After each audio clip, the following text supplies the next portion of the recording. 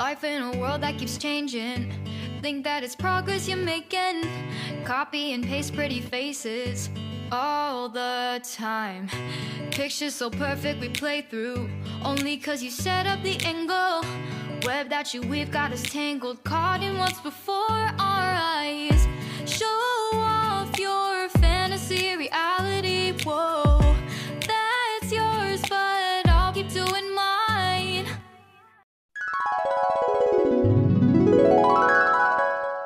আসসালামু আলাইকুম, সবাইকে ওয়েলকাম জানাচ্ছি আমার চ্যানেল রুমিস ফ্যাশনেবল হাউসে।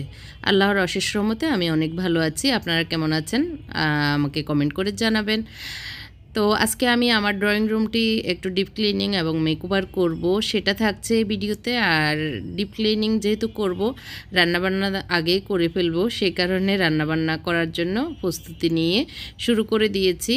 গত ব্লগে দেখিয়েছিলাম আমি এই মশলাটা কিভাবে করেছিলাম, মিক্স মশলা মানে ভুনে রেখেছি সেটা দিয়েছি। আর যেহেতু গরুর মাংস রান্না করব, সেই পরিমাণটা একটু কম হবে আদা রসুন, তো 1 চামচ করে আদা রসুন দিয়েছি। আর গরম মশলা যেহেতু আমি মিক্স মশলাতে দিইনি, সে কারণে গরম মশলা পাউডার দিয়েছি। আর দিয়ে দিচ্ছি মিক্স মশলা, যেটা মাংসের মশলা আমি করে রেখেছি, সেটা 1 চামচ দিয়ে ভালো করে এখন মেখে নিচ্ছি। তো এখানে একটু তেলও দিয়েছি, কারণ যে মশলাটা আমি তৈরি করে রেখেছি সেটাতে আমি সবজি রান্না এবং মানে ভ্যারাইটিস রান্নার যে মশলা সেটাই তৈরি করে রেখেছি।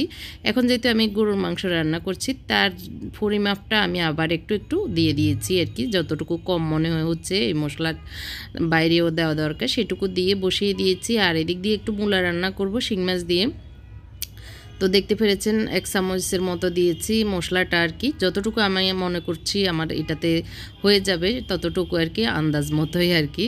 তো আর একটু তেল দিয়েছি 1 টেবিল চামচের মতো, দিয়ে একটু নেড়ে চেড়ে মাছগুলো ভুনে নিব আর কি, কষিয়ে তারপরে মূলাগুলো দিয়ে দিব।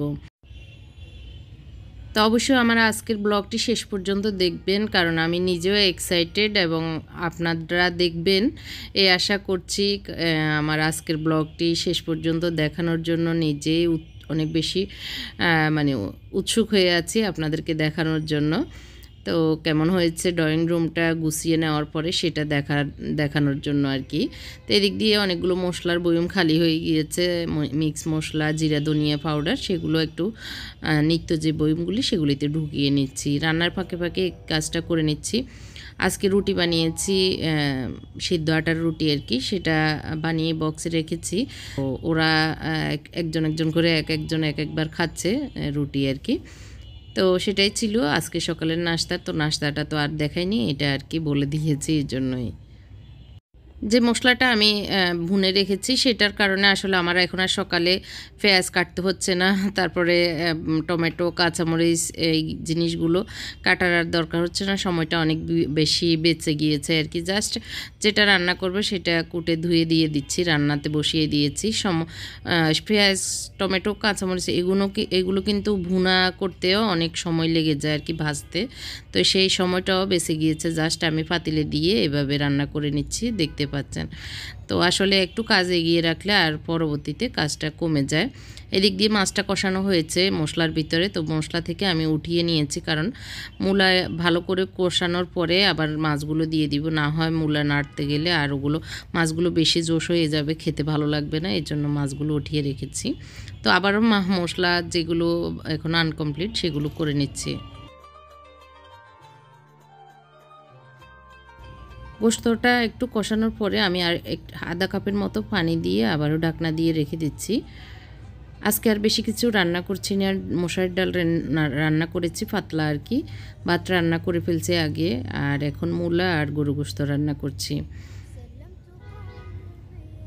তো এদিক দিয়ে মূলাগুলো কষানো হয়েছে, আর আমি এখন মাছগুলো ঢেলে দিয়েছি।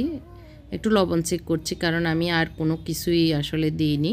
তো একটু লবণটা মনে হচ্ছে কম হবে, কারণ লবণটা দিয়েছে, ঝাল, হলুদ সবই একদম পারফেক্ট ছিল। যে পানিটুকু দিয়েছিলাম সেটুকু শুকিয়ে গিয়েছে, এখন আবার একবারে পানি দিয়ে আমি এখন আমার কাজে যাব। তো টুকিটাকি টেবিলে কাজ করতেছি আর আমার হাজব্যান্ডও বসে ওনার অফিসের কাজও করতেছে আর আমাদেরও কি যেন কাজ করতেছে, এইটুকু ওনার লেখাপড়ার কাজ আর কি। তো ওনাকেও কি লাগবে না লাগবে সেগুলি দিচ্ছি এর ফাঁকে ফাঁকে, রান্নার ফাঁকে ফাঁকে। তো মূলাটা আরেকটু হবে, আর 5 মিনিটের মতো আমি যদিও ধনিয়া পাতা দিয়ে দিয়েছি, একটু ঢাকনা দিয়ে রেখে দিচ্ছি, আর একটু হলে আমি চুলাটা বন্ধ করে দিব। আর এদিক দিয়ে গরু গোশতগুলো হয়ে গিয়েছে, পানি একদম শুকিয়ে এখন বুনা বুনা হয়ে গেছে। আর পানিও দিব না, এভাবে একটু ভুনা গরুর গোশত খাওয়া হবে আর কি, আর বেশি ঝোল টোল দিব না। খুব সুন্দরভাবে সফট হয়ে নরম হয়ে গিয়েছে, আর জাল লবণ একদম পারফেক্ট ছিল, খুব মজা হয়েছে আসলে ভুনা ভুনা এই গরুর গোশতটা। তো মুত্তাকি আসলে নাস্তা করে নিয়ে তখন পড়তেছে, আসলে ওর তো মেট্রিক পরীক্ষা আগামী দিন 14 তারিখ। তো আপনাদের যারা আমার ব্লগটি দেখছেন সবার কাছে রিকোয়েস্ট থাকবে আমার ছেলের জন্য একটু খাস করে দোয়া করবেন, আল্লাহ যেন ওকে মানে ভালো পরীক্ষা দেওয়ার তৌফিক দান করে। তো এই তো ওই যে টেবিলে কাজ করতেছে বললাম, ওই লেখাপড়া আরও কি যেন কাজ করতেছে আমার ছেলে সহ, আর মুত্তাকি খাচ্ছে, মুনতাসিরও এখন খাবে। তো আমি এখন চলে যাব ড্রয়িং রুমে, সব মোটামুটি রান্নাঘর এবং ডাইনিং রুমে সব কাজ শেষ করে, রান্নাবান্না শেষ করে এখন ড্রয়িং রুমে এসেছি। আরও আগে কিছু ফার্নিচারগুলো আর কি মোটামুটি মুছে নিয়েছি, যেটা এখনও বাকি আছে সেটা আস্তে আস্তে মুছতেছি, আর জিনিসপত্রগুলো একটু অর্গানাইজ করছি।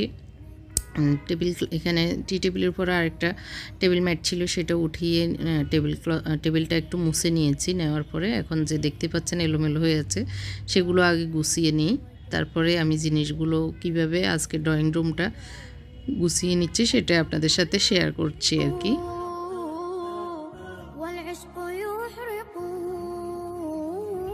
তো সোফাগুলো আমি শলা দিয়ে এভাবে ঝাড়া দিয়ে দিব, আর যেটা মোছা দরকার ছোট রুমাল দিয়ে সেটা মুছে নেব আর কি।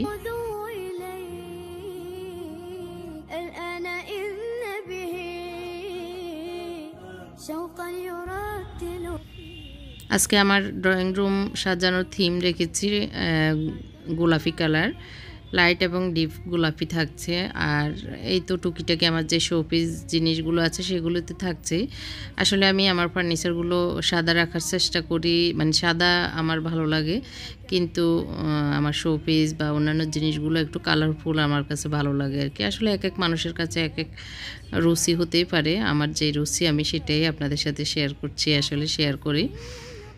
তো যেগুলো আমার বাসায় আছে সেগুলি আসলে ইউজ করছি, এখানে নতুন কিছুই করছি না। মানে কয়েক মাস আসলে একরকম থাকলে আবার কয়েক মাস একরকম সাজালে আবার ভালো লাগে আর কি, ওইটুকুই।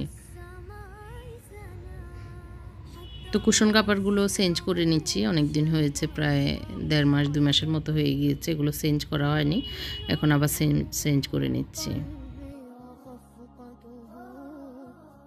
এই সোফাগুলি অটোবিট লেদারের, তো এগুলি একটু মুছে নিলে সুন্দর একদম ক্লিন হয়ে যায়। তো এগুলি মোছা হয়নি, এতক্ষণ আমি কাঠেরগুলো মুছে নিয়েছিলাম।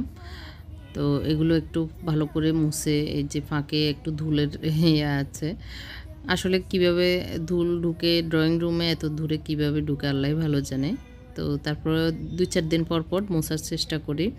প্রতিদিন যে ড্রয়িং রুম আসলে মুছি তা না, 2-4 দিন বা 1 সপ্তাহ পর পর মুছলেই হয়ে যায়। ড্রয়িং রুমে আমাদের বেশি একটা যাওয়া হয় না, বেশি একটা বসা হয় না, সেই হিসাবে আসলে মুছা মানে গুছানোর এত বেশি দরকার হয় না, গুছানোই থাকে।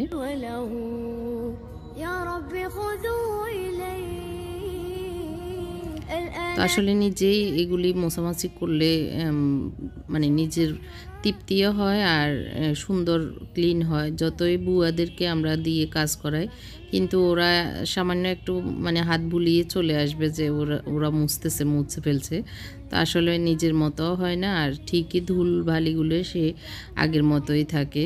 ওরা তো আর আমাদের মনের মতো করে মানে পরিষ্কার করবে না, এটা আর কি। তো এই তো আমার যে শোপিসের ওয়ালমেটটা আছে সেটা একটু ইয়ে করে নিচ্ছি আর কি, পরিষ্কার করে একটু জিনিসপত্রগুলো ওলট পালট করছি, এই পাশেরটা ওই পাশে নিচ্ছি। আর এখানে কিছু বই এনে আমার হাজব্যান্ড রেখেছিল, মানে ওগুলো নতুন বই, উনি গিফট করে বই, বিশেষ করে কিনবে, পড়বে, পড়ে আবার সেটা গিফট করার চেষ্টা করে।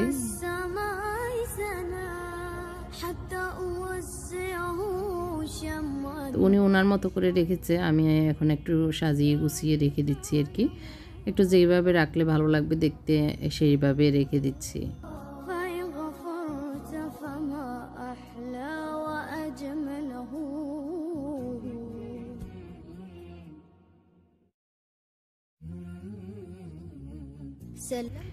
তো আমাদের আসলে বুক সেলফ আছে, ওইটাতে হচ্ছে আমাদের নিত্য যে বইগুলো আমাদের পড়া বা আমাদের নিজস্ব এগুলি হচ্ছে মানে নতুন বই পড়া এখনও হয়নি কিছু, আর কিছু গিফট দান করবে আর কি, ওই রকম আর কি বই।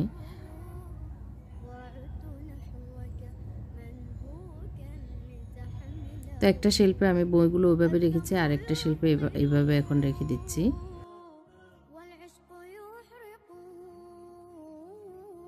তো এখানে যেহেতু আমি গোলাপি থিম রেখেছি, তাই এই হারিকেনটা এখানে এনে দিচ্ছি, যাতে গোলাপি একটা জিনিস হলেও এখানে অ্যাড হয় আর কি, এই জন্য। তো এই তো আমার ঘরে থাকা পুরনো যে শোপিসগুলো আছে সেগুলো একটু গুছিয়ে গাছিয়ে রাখতেছি আর কি। আর এমনি শোপিস টোপিস এগুলো মোছা আছে, তারপরে আবার যখন ধরেছি একটু মুছে নিচ্ছি।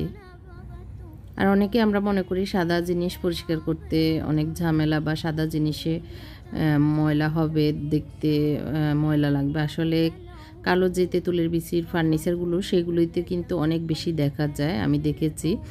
আর সাদা যে মানে ফার্নিচারগুলো সেগুলোতে ধুলাবালি পড়লেও কিন্তু বোঝা যায় না, দেখা যায় না আর কি। তো ওইটা একটা ভালো দিক আমি বলবো আর কি। তো অনেকেই বলেন সাদা, আমি যে ফার্নিচার করেছি সেটা কী কালার, সেটা এনামেল পেন্ট দোকানে গিয়ে বললেই হবে আর কি। তো এগুলো আমার বোর্ডেরই শেলফগুলি, তো এগুলি আমি এনামেল পেন্ট করে সাদা কালার করেছি। এখন আমি দেখাবো, এটা যদিও আমি গতকালকের ব্লগে দেখিয়েছি, তারপর আজকের ভিডিওটি যারা দেখছেন হয়তো গতকালকের ভিডিওটি দেখেননি, তাই প্রশ্ন করবেন, এই জন্যই এটা দেখাচ্ছি। এখানে আমি 58 ইঞ্চি বা 58 ইঞ্চি ডাবল, নিচে একটা সাদা, আর উপরে হালকা গোলাপির ভিতরে স্টার প্রিন্ট করা এই কাপড়টা নিয়েছি। প্রস্থতেও 58 ইঞ্চি, দৈর্ঘ্যতেও 58 ইঞ্চি করে কেটে নিয়েছি। আর একটা ছোট, ওইটাও ডাবল, নিচে সাদা হবে উপরে গোলাপি হবে, সেটা নিয়েছি। ওইটা হচ্ছে 28 ইঞ্চি বা 28 ইঞ্চি। আর এখানে আমি ফিন লাগিয়ে নিয়েছি, আর এক সাইডে লেস দিব, সেই কারণে লেসও আমি এটা নিয়েছি। তো লেসটা আমি আসলে বাজার থেকে 20 টাকা বা 25 টাকা করে গজ নিয়েছি, তো আসলে আমার যতটুকু লাগবে আমি ততটুকু নিয়েছি। আর এখানে এখন আমি ভিতরে লেসটা ঢুকিয়ে দুই কাপড়ের মাঝখানে লেসটাকে রেখে সেলাই করে নিচ্ছি, 1/2 ইঞ্চি বাড়তি রেখে আর কি। তো এইভাবে আমি পুরোটাই করে নিব। আর বড় যেটা হবে সেটার মাঝখানে আমি লেস বসাবো, এটাই ছিল। আর এগুলি আমি এখন একটু পরেই দেখাবো কি করছি। তো এই যে লেসটা এইভাবে বাইরের অংশে থাকবে আর কি। তো এখন দেখেন আমি এটা কোথায়, কিসের জন্য আসলে এগুলো সেলাই করে নিয়েছি আর কি। এই যে চকলেট কালারের এই সোফাগুলোর উপরে দেওয়ার জন্য, এগুলোর উপরে সোফা কাভার বলি বা ম্যাট বলি, যেটাই হোক, এগুলো যেহেতু শীত আসতেছে, এই লেদারের উপরে বসলে কিন্তু ঠান্ডা লাগে। লেদার জিনিসটা শীতকালে আসলে খুব ঠান্ডা হয়ে থাকে, তো এই কারণে ফিটে অনেক সময় বসলে খুব শীত লেগে ওঠে আর কি। এই কারণে এইটা আমি এভাবে চারকোনা করে বানিয়ে নিয়েছি।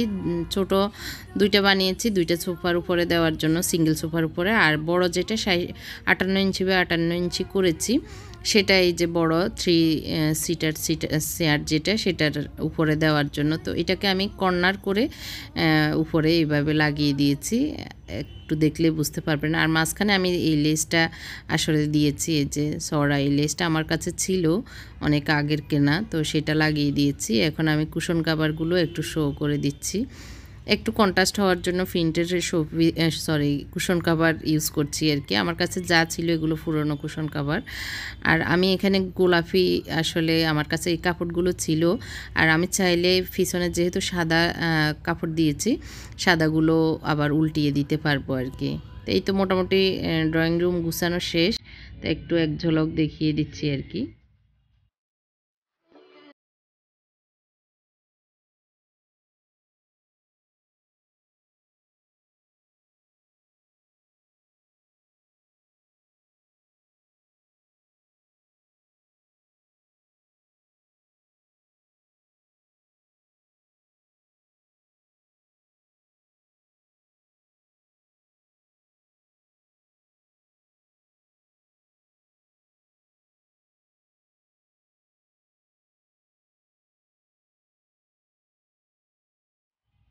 ডাইনিং রুম থেকে এই যে বের হলে ড্রয়িং রুম যেটা দেখা যায়, এখন আমি গোলাপি এই কাভারগুলি দেওয়ার পরে এরকম লাগতেছে।